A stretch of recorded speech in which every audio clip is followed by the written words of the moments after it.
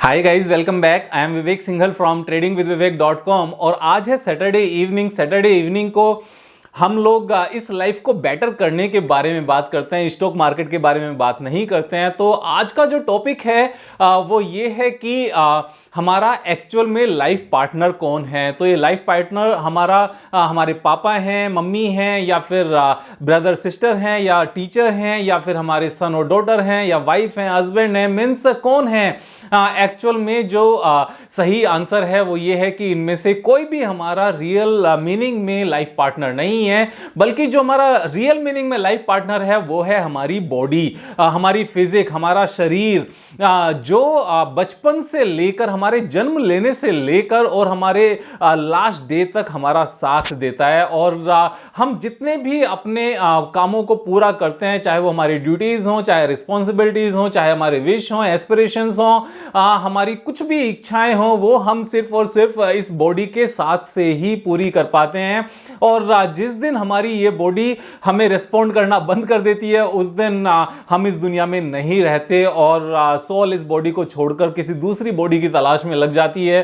तो यहां पर जब हमने इस बॉडी को अपना लाइफ पार्टनर, जब ये चीज पता चलती है, एक्चुअल में हम समझते हैं इस बात को कि ये बॉडी हमारी लाइफ पार्टनर है, तो सबसे ज्यादा हमें इसी का ख्याल रखना चाहिए। और क्योंकि उसका एक बड़ा रीजन भी है, इस बॉडी के जरिए ही हम सारी चीजों को कर सकते हैं, सारे काम को कर सकते हैं। और जितना अच्छे से ये बॉडी हमारा ख्याल रखती है, उतने अच्छे से हमने भी इसका ख्याल रखना है।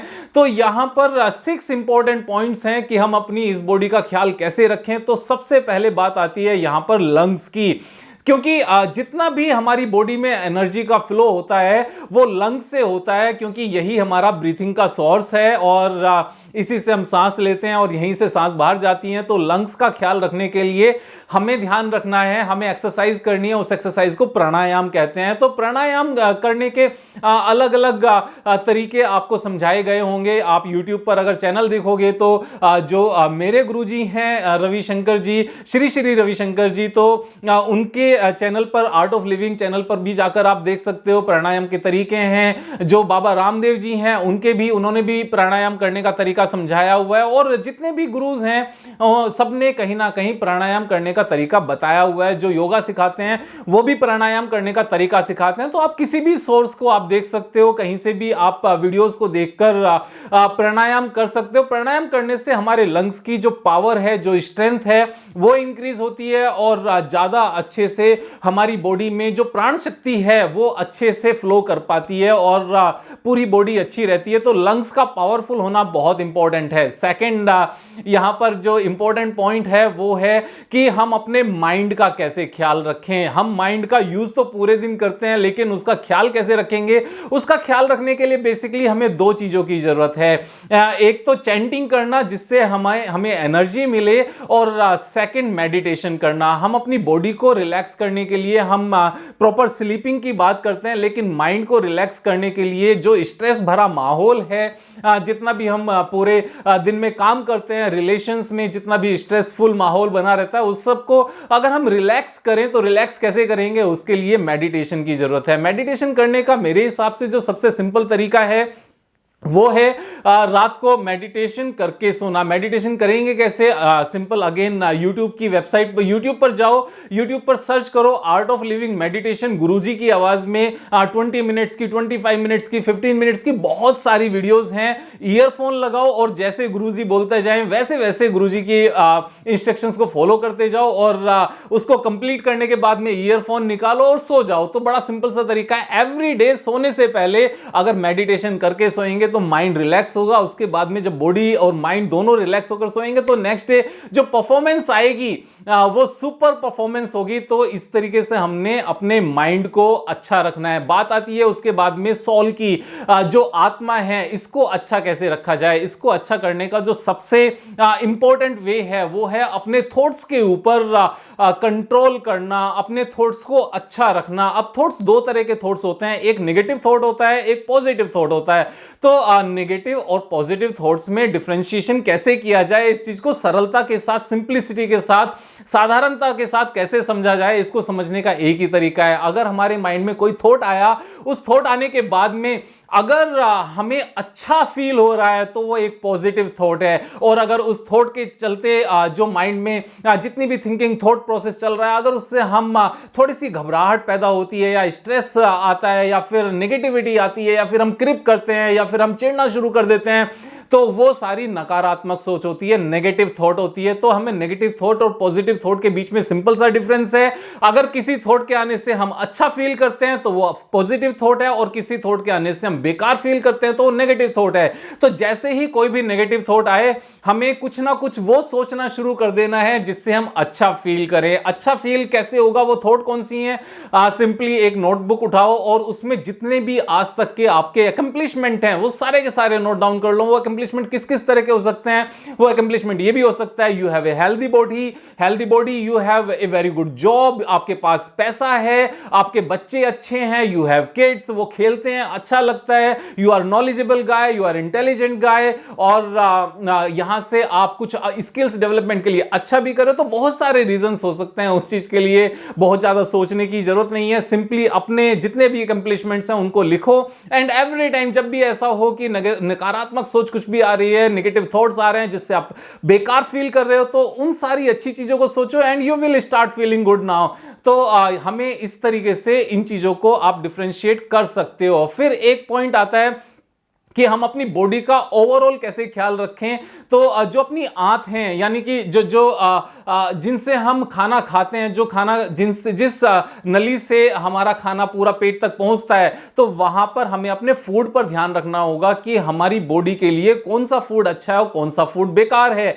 और अच्छे और बेकार के लिए जो सिंप्लीफाइड तरीका है इस चीज को समझने के लिए कि क्या अच्छा है क्या बेकार है, तो हर एक वो खाना जो भोजन मीन्स ईटिंग या फिर फूड जो हमारे दादाजी और दादी खाते थे वो अच्छा है, और जो दादा दादी नहीं खाते तो वो एक्चुअल में बेकार है। This is so simple. और इसका दूसरा तरीका क्या है कि जो फैक्ट्रीज में खाना बनता है वो अच्छा नहीं है, और जो हाथों से घर पे बनाया जाता है वो खाना अच्छा है। जो ड्रिंक फैक्ट्रीज में बनती हैं वो अच्छी नहीं है, और जो ड्रिंक्स घर पर बनती हैं वो अच्छी हैं। अब घर पे ड्रिंक्स कौन कौन सी बनती हैं? देखो, कॉफी और चाय को बेकार बनाया जाता है, लेकिन अगर कम क्वांटिटी में कंज्यूम किया जाए तो इतनी बेकार चीज भी नहीं है। जहां तक पानी की बात है, वाटर से अच्छा ड्रिंक कुछ नहीं है। मिल्क एक अच्छा ड्रिंक है, और आज की डेट में हो क्या रहा है कि हम मिल्क और वाटर को कम करते जा रहे हैं, और जो प्रोसेस्ड वाटर है हम उसकी तरफ ज्यादा जा रहे हैं। ऐसा नहीं करना चाहिए। हमें जूस पीना चाहिए, मिल्क पीना चाहिए, वाटर सबसे ज्यादा पीना चाहिए। उसके अलग अगर कभी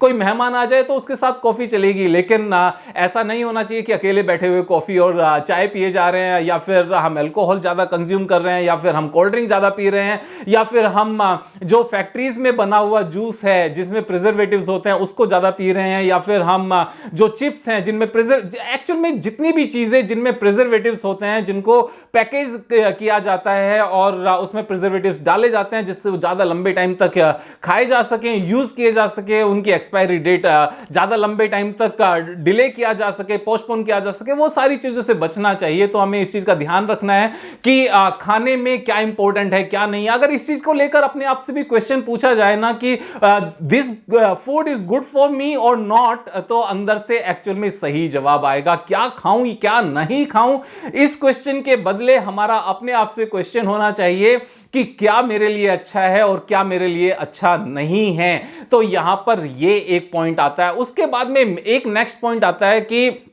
हम अपने हार्ट का कैसे ख्याल रखें, क्योंकि ये एक बहुत इंपॉर्टेंट ऑर्गन है हमारी बॉडी का।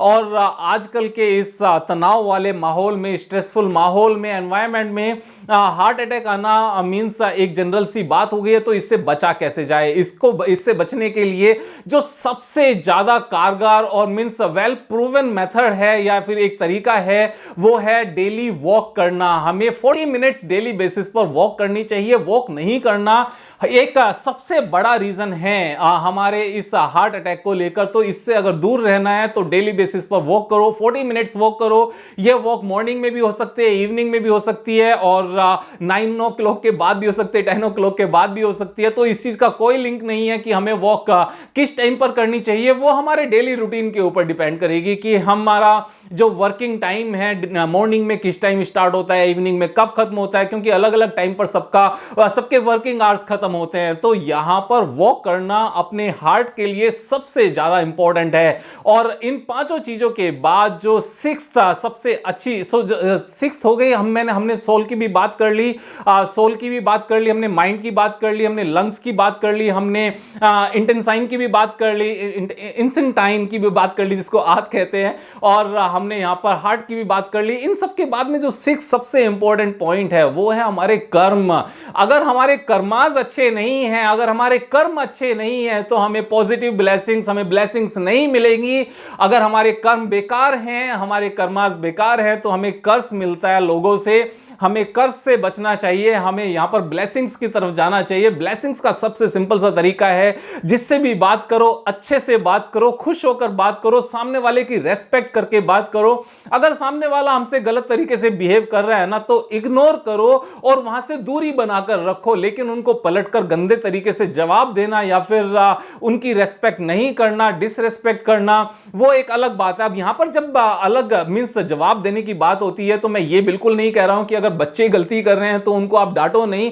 डांटना अलग बात होती है, क्योंकि वो डांटना आपकी ड्यूटीज का पार्ट है, उनको सही रास्ते पर रखना आपकी ड्यूटीज का पार्ट है। लेकिन अननेसेसरी किसी की भी डिसरेस्पेक्ट करना या फिर किसी को अब्यूज करना, वो गलत बात है। तो यहां पर अच्छे कर्मों को ध्यान में रखना चाहिए। किसी से छीन कर लेनी चीजों को, वो गलत होता है।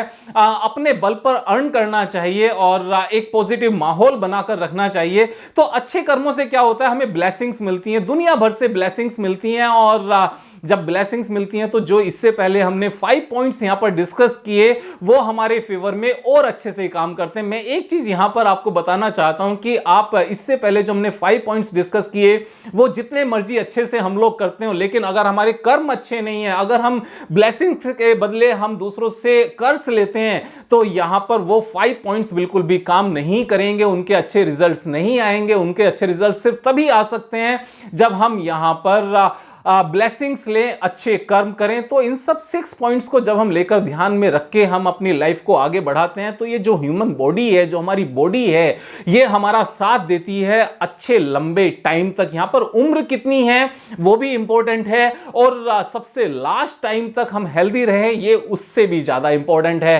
और हमारी बॉडी नहीं है, इस चीज को लेकर मैं सिर्फ एक ही बात कह सकता हूं। हम जब भी बात करते हैं तो यही कहते हैं, these are my 5 fingers, these are 10 fingers, these are my hairs, these are my eyes, this is not me। हम कभी भी ये बात नहीं करते this is me और this is me।